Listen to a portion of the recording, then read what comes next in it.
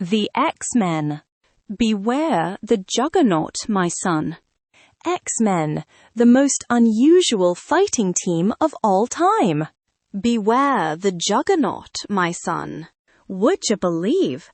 Wondrous Werner couldn't decide whether to start off this ish with a symbolic shot of our vituperous villain or a look-see at our merry-making mutants, so he tried for both. Well then, would you believe that we're just plain sneaky? And now let the pulsating pyrotechnics begin. Coffee a go-go. A surprise party in Greenwich Village, yet how lucky can a guy be? Don't answer that till you taste your cake. Barbie Zelda baked it herself. That's the least I could do for my favorite Spendthrist's 18th birthday. It was great of you to invite us, Zelda. I hope you're equally ecstatic when it's clean-up time, Mr. Summers. We will be, Hank. I haven't been to a party in ages. Special agonizing apologia. We had to do it. Our mind-snapping saga was just too earthy shaken to crowd into 20 pages, so we had to make it a two-parter. Forgive us, faithful one. But before we forget, it's Share the Blame time again. Stan Lee proudly presents and even edits a Roy Thomas and Werner Roth cataphonically cataclysmic co-production. Inked by John Tartaglione. Lettered by Artie Simek. Catered by Honest Irv. And now, would you like some cake, Bobby? Does Hank know any big words? Slice away, doll. Pardon my intrusion, friends. Uh-oh, here comes that one-man snowstorm again. I thought you might like me to compose a few lines of verse for this festive occasion. Why, sure. While you're at it, have some chow. Many thanks, my lad. Such generosity shall be rewarded by a poem that will make the heavens ring. It will be sublime. It will be effervescent. I'll be happy if it's just short. Hey, how about dancing with a lady? Sure. No, Emmy? Very droll. But I'll forgive one bad joke for one good two-step. Al, can you play a dreamy waltz? Waltz and get drummed out of the Folk Purists Union. Remember, I'm paying for this shindig. For you, we'll risk it. You guys are all heart. Okay, cats, let's hit it with a couple of choruses of Miss Otis Regrets. Come on, lover. If Bobby can do it, you can do it. Robert isn't wearing a pair of size 13 loafers, beauteous one. Sometimes, Henry, you're a perfect beast. She doesn't know the half of it. Well, I'll be Scotty is dancing with Jean. And, indeed, it does appear as if the melancholy Cyclops is beginning to come out of his self-imposed shell, but things aren't necessarily going according to schedule. Scott's finally starting to act as if I'm alive, just as I've always wanted him to. Or is he only being polite because I don't have a date? Jean seems so pensive, so distant. Could it be that she's thinking of her college friend, Ted Roberts? Have I waited too long to tell her I love her? Just then. Heads up, group. Wari's here. And look at the gal he brought with him. Hi, agents. Gather round. I want you to meet a very good friend of mine, Candy Southern. But remember, all you junior bloodhounds, just look, don't touch. I'm very glad to meet all of you. Though Warren's told me so much about you, I feel I already know you. Quickly, the usual intros follow, and I hadn't seen Candy in a couple of years till I bumped into her at a disco. Wow, tell me where that juke joint is and I'll move in. Like fun, you will, Romeo. I hope your instructor will let me drop in on your school sometime, Scott. It sounds fascinating. I'm sure he will, Candy. Or will he? The last thing we need there is visitors. I could use a fellow female on campus. Hold and hearken. Friends Bernard has completed his special ode for this memorable celebration. Would I know? That metrical moocher came through. Did you doubt, Bernard? That'll do, Wad. And so, a birthday's like a comely lass, from shadowed night she does appear. Yet all the while, you know, alas, she'll only see you once a year. Do you hear what I do, Robert?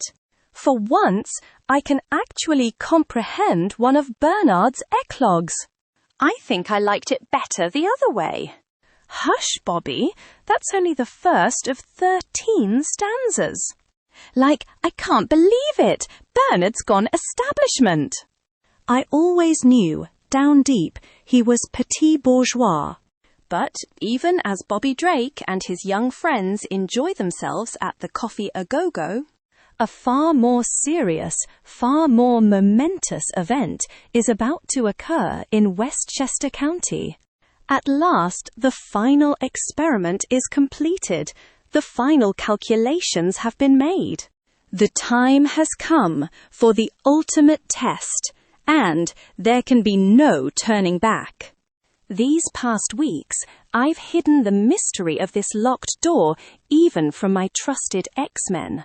For it wanted no one, not even them, to share the dread secret that lies behind its oaken silence. And now, I face what I must pace alone. So speaking, Charles Xavier turns the ancient key in its lock, and the door creaks open to reveal the Juggernaut. My evil stepbrother, Cain Marco. He, who in the form of a human engine of destruction came closest to crushing the mutant group, which is my life's monument. For months, ever since our last violent encounter, he has been in this comatose state. But he shall remain thus no longer. Then, momentarily, irresistibly, the mind of Professor X is caught in a fleeting remembrance of things past. I must restore him to normal life or perish in the attempt. For each of us is his brother's keeper, but I failed Cain, and in doing so may have doomed him. If only I had acted more resolutely that fateful, unforgettable day in Korea. Under the stress of heavy mortar fire, Cain Marco deserted and fled into a darkened cave. I followed him, and can any true Marvelite forget that heart-stopping moment in X-Men number 12? Certainly not sentimental, Stam. This must be the sacred lost temple of Sitorak. Legends have warned of it for centuries. That ruby, it looks alive. There's an inscription on it. No, don't touch it, don't! Yet, even as I shouted my warning, Cain's body was dazzlingly bathed in scarlet, sentient light. Whosoever touches this gem shall possess the power of the crimson bands of Sitorak. Henceforth, you who read these words shall become forevermore a human juggernaut. Something's happening to me. I'm changing. Nothing can stop it now. Cain Marco no longer exists. Just then, as fate would have it, an enemy shell struck a vital spot in the rock above us, and as I was forced to flee, No, it can't end this way. Not now. But, though it took a decade, he who had once been Cain Marco finally clawed his way from beneath tons of mountainous rubble. and, aided by the uncanny, supernatural powers of Sitarak, located Muham, who he had always hated, at my school. Only the combined might of the X-Men and the Human Torch was able to defeat him. Without his headgear, he'll be vulnerable to the Professor's mental bolts. My helmet! I turned him over to the authorities for treatment, but he has remained in a coma all this time. Eventually, I obtained custody of the Juggernaut, and now the moment of truth is at hand. Can I destroy my nemesis and restore my brother? And now, if only to relieve the titanic tension for a moment, let's switch our scene back to colourful Greenwich Village. That was out of sight, Bernard. Didn't it snap your mind, Bobby? Let's just say it was something else, and let it go at that. Bernard humbly thanks you, his avant-garde admirers. What's that obstreperous clamour from outside? It sounds like a bunch of racing motors. But why? Holy Hannah! Look, they're coming straight at the window. It isn't possible. But it is, Vera, it is. There's the cubes with Zelda, Rock, just like you said. You know it, Redbone. Now let's play Follow the Leader Man. We'll show that bird and her buddies what it means to tread on Satan's saints. Lay it on 'em, baby. Ha! Dig the chickens and their chicks. They're too shook even to split.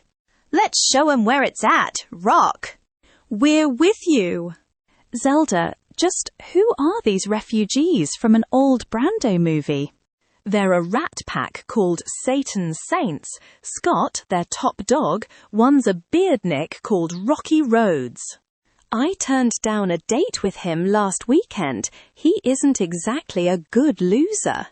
Maybe not, but in just about 2 shakes, he and his pals are going to get some good practice. Herbie, shouldn't we do something? I am doing something. Doll, I'm shaking in my sandals. I vote we take some precipitate action, Warren. Easy, Hank. Remember, we don't want anybody to suspect we have mutant powers. This is Dragsville, man. Let's move in closer for some real action. Oh, can't anybody do anything? She's right, Scotty. We've got to take out these jokers, even if we can't use our superpowers. Maybe you and I can't, Warren, but look at Bobby. Oops, slipped. I'll never win an Oscar for that bit, but it got me down on the floor. Now let's see what the Iceman can do about evening up the odds. The next second. What gives? My hog's on the skids. Hey, Saints, the Rock's run into stormy weather. Oof. He's down for the count. Them college types did it, somehow. Take off the gloves, cats. It's time to start playing rough. Look out, Warren. He's driving right towards you. That may just be his tough luck, lady. Ready, Mr. Summers? On the count of 3, Mr. Worthington. Whisper all you want, Squares. That ain't gonna slow down my wheels none. 1, 2, 3, now! This kind of stunt is the one way we could use our special training without giving away our secret identities. For we couldn't have acted with such split-second timing if we hadn't spent hours practicing in the danger room. Yipes! I'm tooling straight up the table. Shucks! And here we didn't think you'd notice. It's all over now, Baby Blue. Give our regards to the stars, will you? No. Now I understand why you clowns rev up those cycles so loud. It's to cover up the fact that you can't think of anything original to say. Yeesh, I'm hanging out. Get me down from here, guys. My ma didn't raise me to be no party decoration. Hey, Scott, you think that mobile will lower the property values around here? Meanwhile, the lovely Jean Grey has found her own unique way of dealing with the unkempt intruders. A small amount of telekinesis ought to take care of those, two at one time. Cool it, man. You're right in my orbit. Best of all, they'll never know what hit them. You cool it. Oh, Redbone's flying blind. Ugh, pah. Those creeps gotta be leading charmed lives. Maybe we ought to ask 'em where they buy their rabbit's feet. And at precisely the same moment, the fifth member of the quarrelsome quintet has come to a relatively predictable decision. Like, this is a bad scene, man. I'm cutting out. Make space, Clydor, prepare to get creamed. I'm not unequivocally certain that I comprehend your vernacular, my fast-riding friend.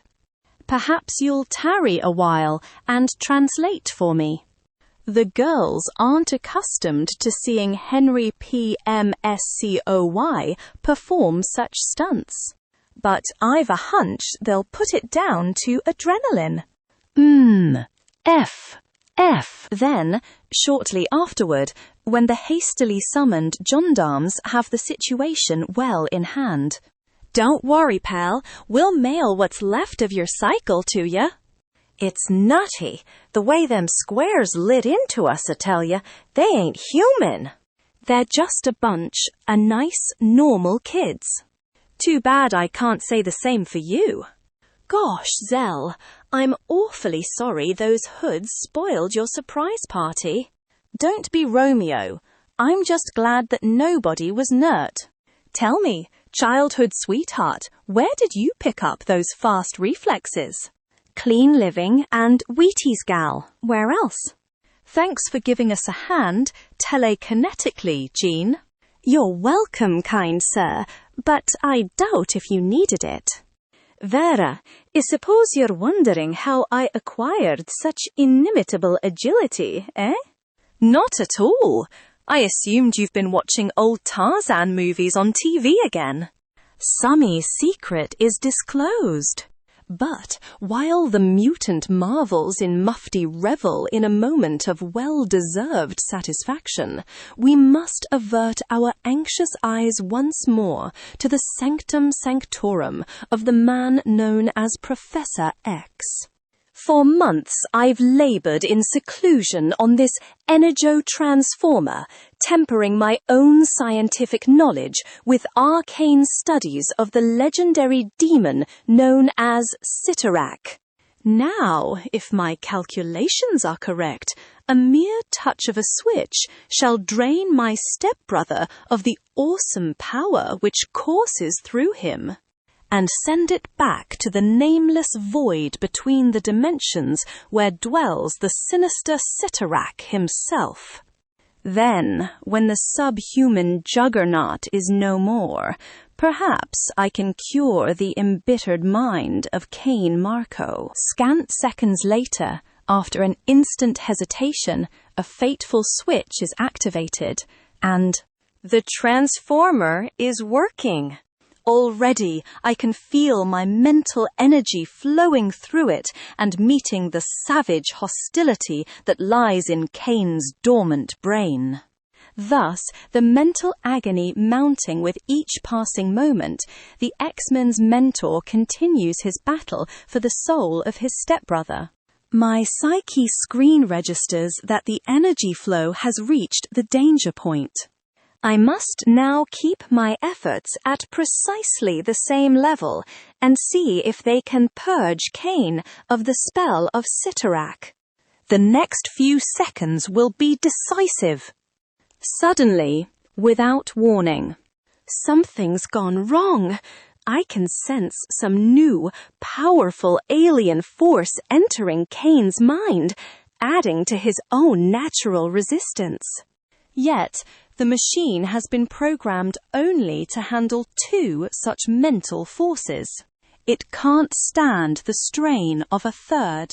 But, before even the alert brain of Professor X can react.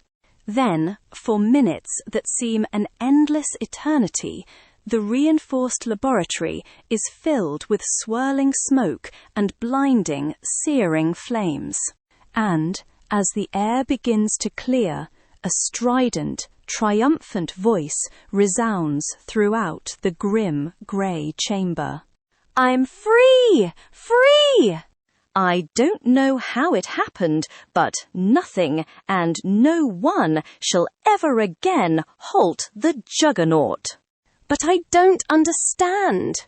My stepbrother Charles lying there as still as death. The last thing I recall, I was attacking him and his masked mutants when he struck me with a mental bolt. Obviously, the just-awakened Juggernaut is hearkening back to halcyon days of yore, like Ish 13. Stentorian Stan.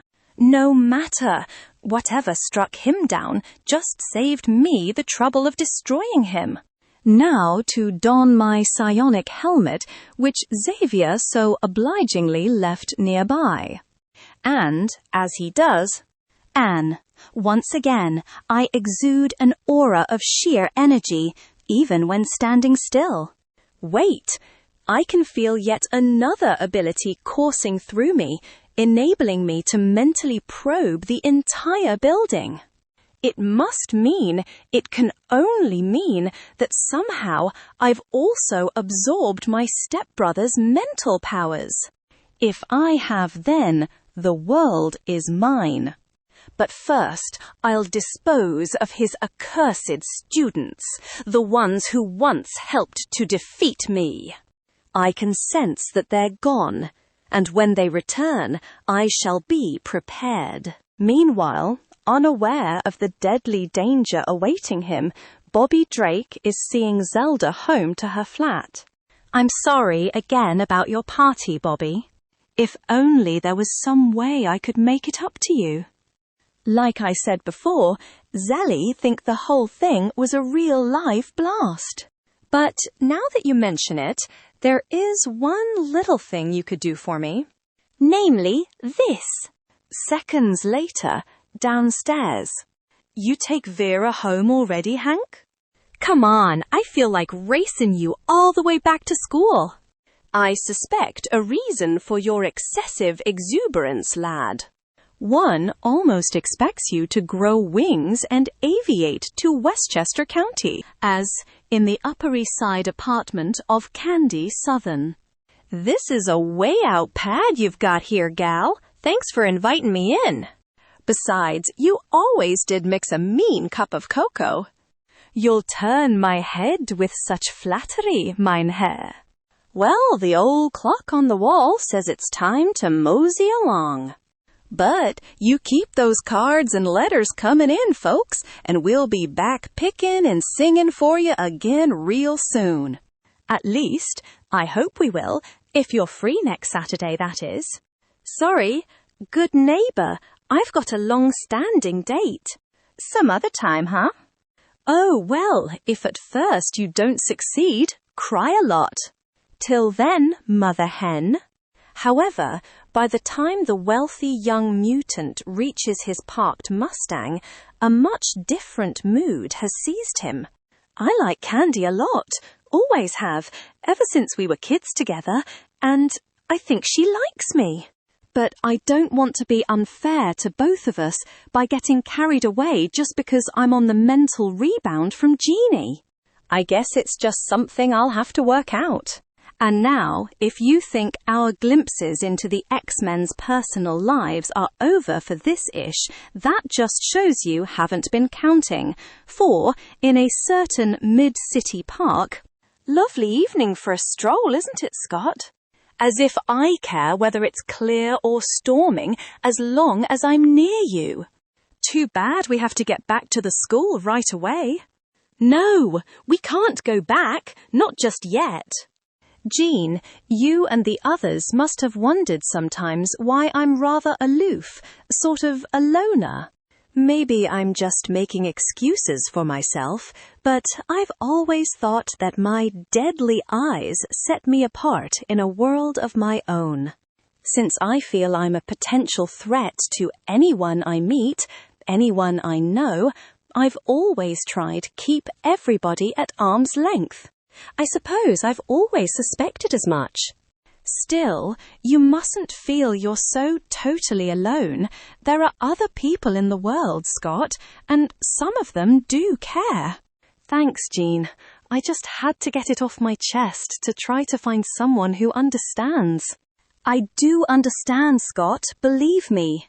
And now that I do, Mr. Summers, I'll never rest till I break through the rest of that shell of yours and find out if it's Jean Grey you want or only pity. Well, we'd better go.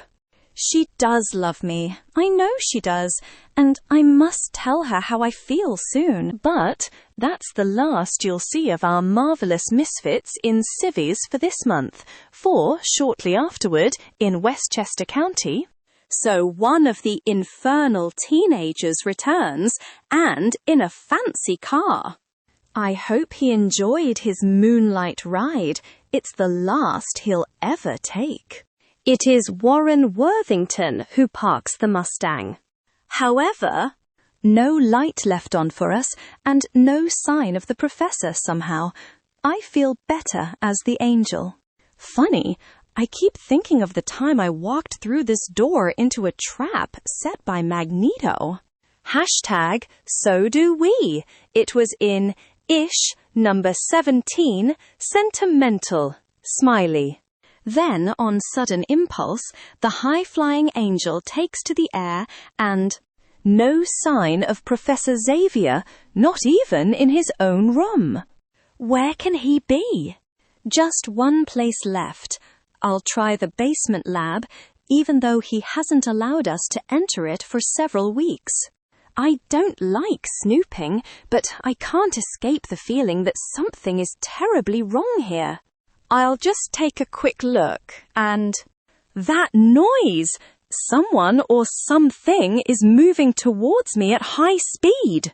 Got to dodge, but I was too slow. Something clipped my leg.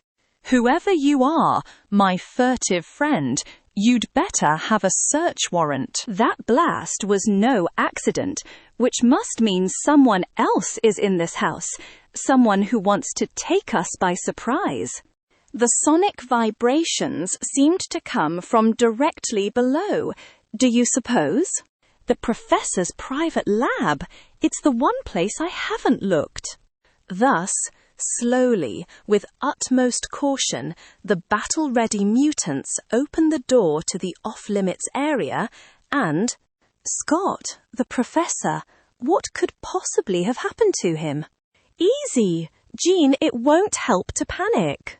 True, doubtless we'll locate our mentor when we find our unseen adversary. Correction, Foal, you have found him. Then, before even the trained reflexes of the X-Men can react to the ominous voice, the stairs, they formed a slippery ramp. Must you constantly indulge your affection for the obvious, Mr. Worthington? Hey, when we hit bottom, we've got to be ready for anything. Professor Xavier must have installed the ramp as a protective device. And now some joker is using it against us. I am no mere prankster, my frigid foes. You shall learn to your ultimate dismay. You and I managed to stop ourselves from falling, Marvel Girl. But the others didn't quite fare so well. We've got to do something till they can regain their balance. No, we've got to stay close together till we learn our antagonist's identity. Right, Hank, this is no time for individual heroics. Heroics be hanged, Leaderman. You guys need a few seconds to get your bearings, and I'm going to see that you... Gessen! Warren, no, stop! Not till we know what we're up against. However, no mere words can halt the fast-flying angel as he zooms through the murky blackness towards that stack of crates. I saw something move behind it, something huge. If it was our mysterious attacker, maybe I can move quickly enough to take him by surprise. But a split second later, the boxes flying straight at me. You're finished, dolt. Did you think a pair of wings is all that it takes to defeat the Juggernaut? Then, as a score of shattered crates come to rest, an awesome apparition appears in the dim light as the astonished X-Men behold the Juggernaut.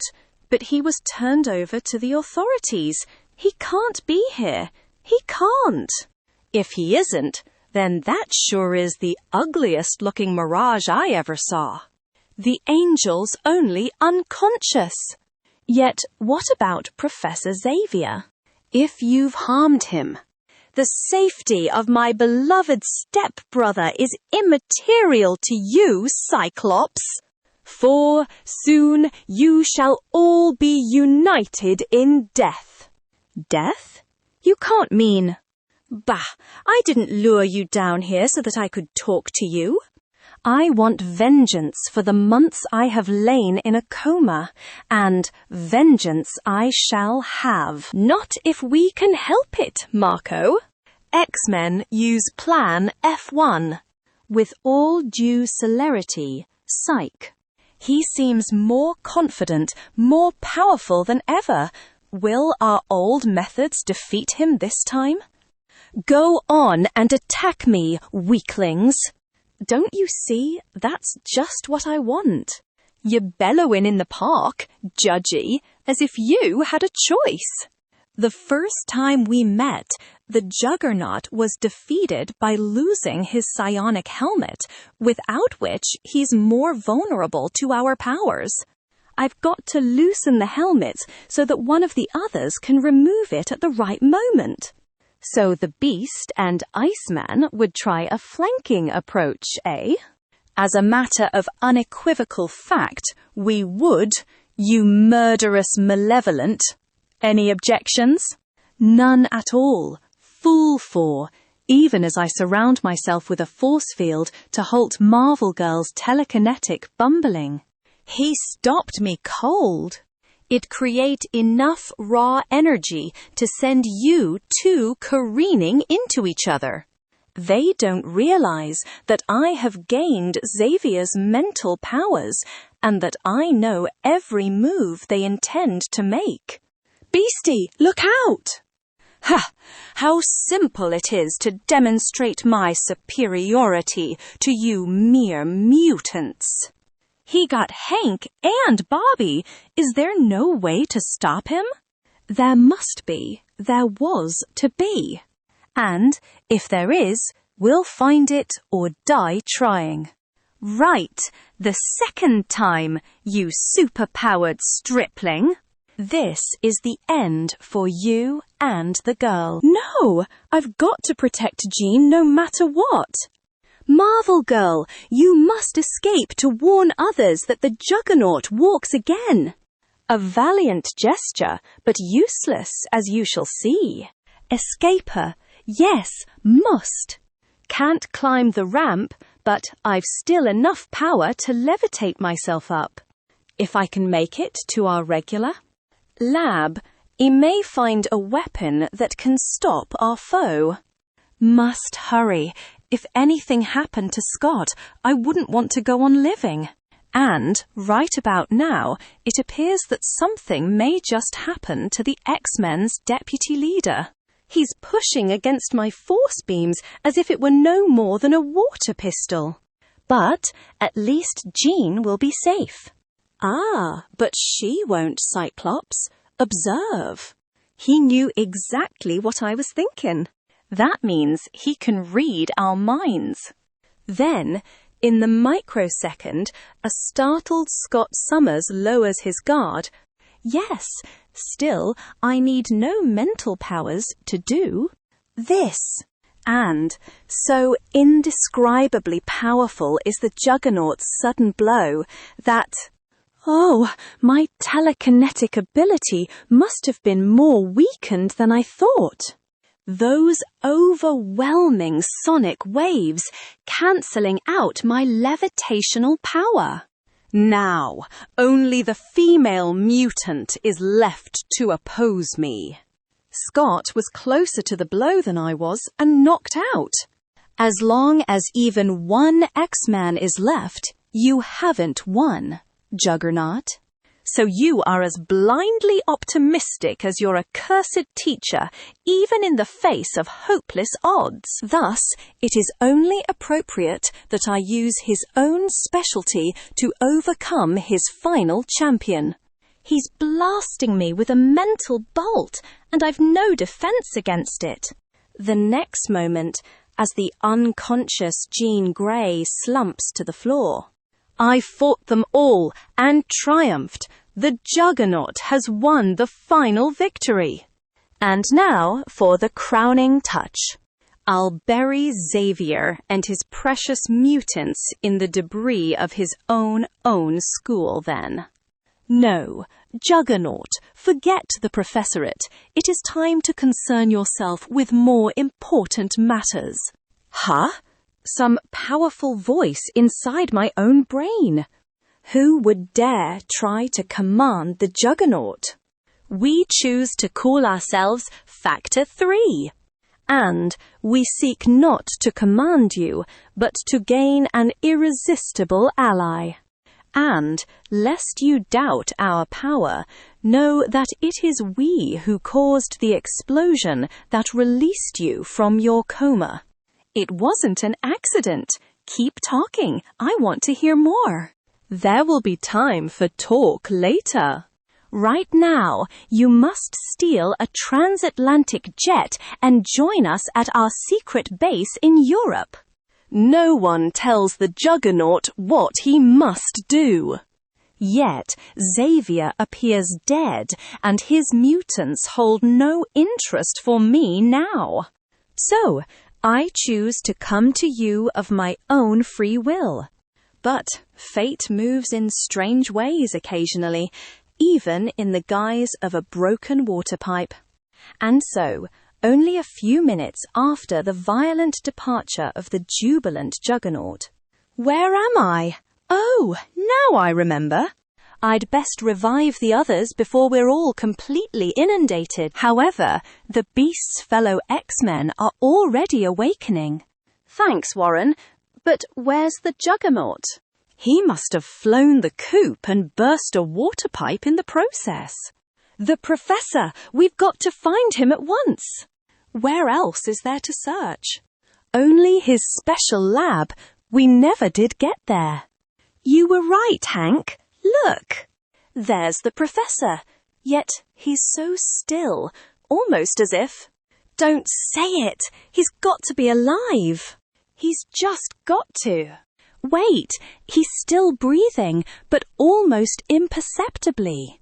We can only guess what happened to him, but that's not important now. What is of consequence is that we restore him to consciousness. WTHO, delay. Yes, then maybe he can... What? The ramp? It's turned back into a stairway. I figured that the Juggernaut operated a switch from back here. Oh, I looked around till I found it. Good girl, Jeannie, now. Let's get the Professor upstairs. We can't waste a minute. Just think, the Juggernaut on the loose. An horrendous prospect indeed, Mr. Drake. But a short time later, when all conventional methods have failed to revive the comatose Professor X, he's clinging to life by sheer willpower. It's as if he refuses to die while a menace still stalks the land. We can do nothing to help him for now. We've got to stop the Juggernaut. He'd want it that way. If the Professor dies, no amount of power will save that walking powerhouse. I hope you're right, Bobby. But we've never faced an adversary who possessed such mind-staggering might. And, even as the X-Men vow vengeance, a swaggering, lumbering behemoth heads for his not-too-distant goal, New York City. I care nothing for the group called Factor 3, which freed me for its own purposes.